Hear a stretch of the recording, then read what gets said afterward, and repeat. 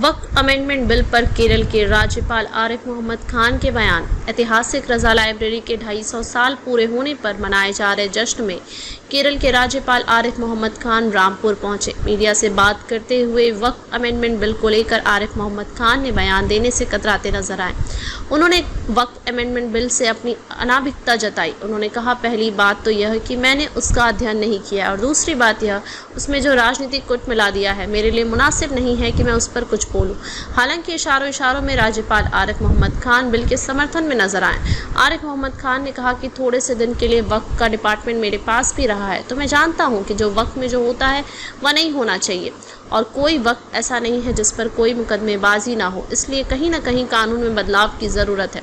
केरल के राज्यपाल आरिफ मोहम्मद खान ने मीडिया से बात करते हुए बताया, राजा लाइब्रेरी के जो निर्देशक हैं उन्होंने मुझे इनवाइट किया है। 250 साल पूरे होने वाले हैं। उन्होंने एक लंबा चौड़ा प्रोग्राम बनाया है अक्टूबर के महीने में, उसी की तैयारी के सिलसिले में, और कल भी इन्होंने एक आयोजन रखा है, उसी के लिए आया हूँ।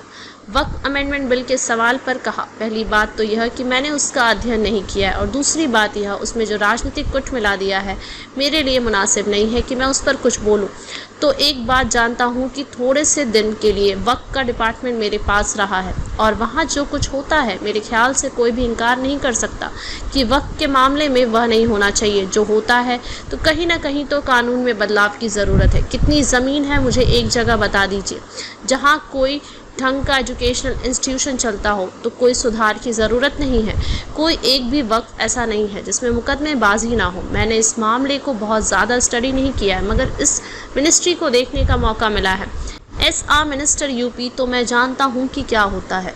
रजा लाइब्रेरी में हमारे पुष्कर जी बैठे हैं, जो उसके निदेशक हैं, उन्होंने इन्वाइट किया है। 250 साल होने वाले हैं। ये इन्होंने लंबा चौड़ा प्रोग्राम बनाया है अक्टूबर के महीने से, उसकी तैयारी के सिलसिले में कल भी इन्होंने एक आयोजन रखा है, उसी के लिए आया हूँ। इसका जो वक्फ अमेंडमेंट बिल का चल रहा है, इसका क्या कहना चाहेंगे?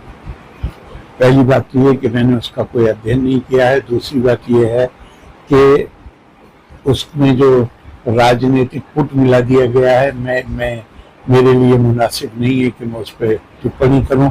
हाँ, एक बात जानता हूँ, थोड़े से दिन के लिए वक्फ का डिपार्टमेंट मेरे पास रहा है और वहां जो कुछ होता है मेरे ख्याल से कोई भी इनकार नहीं कर सकता कि वक्फ के मामले में वो नहीं होना चाहिए जो होता है।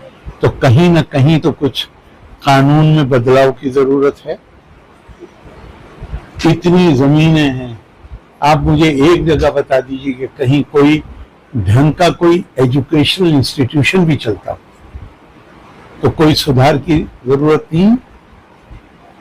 कुरान हकीम की एक आयत है, इल्ला तनफिरू युअज़्ज़िबकुम अज़ाबन अलीमा, अगर आगे नहीं बढ़ोगे तो सख्त अजाब में मुब्तला किए जाओगे। वयस्तब्दिल कौमन गैरकुम, तुम्हारी जगह दूसरे को बिठा दिया जाएगा।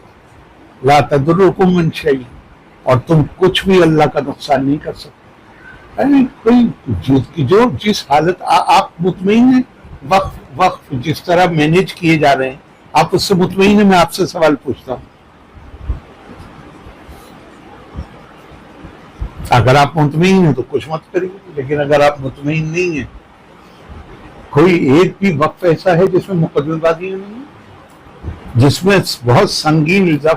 और मैंने इस मामले को कोई बहुत स्टडी नहीं किया है, मगर इस मिनिस्ट्री को देखने का मौका मिला है एज मिनिस्टर यूपी में, तो मैं जानता हूँ क्या होता है।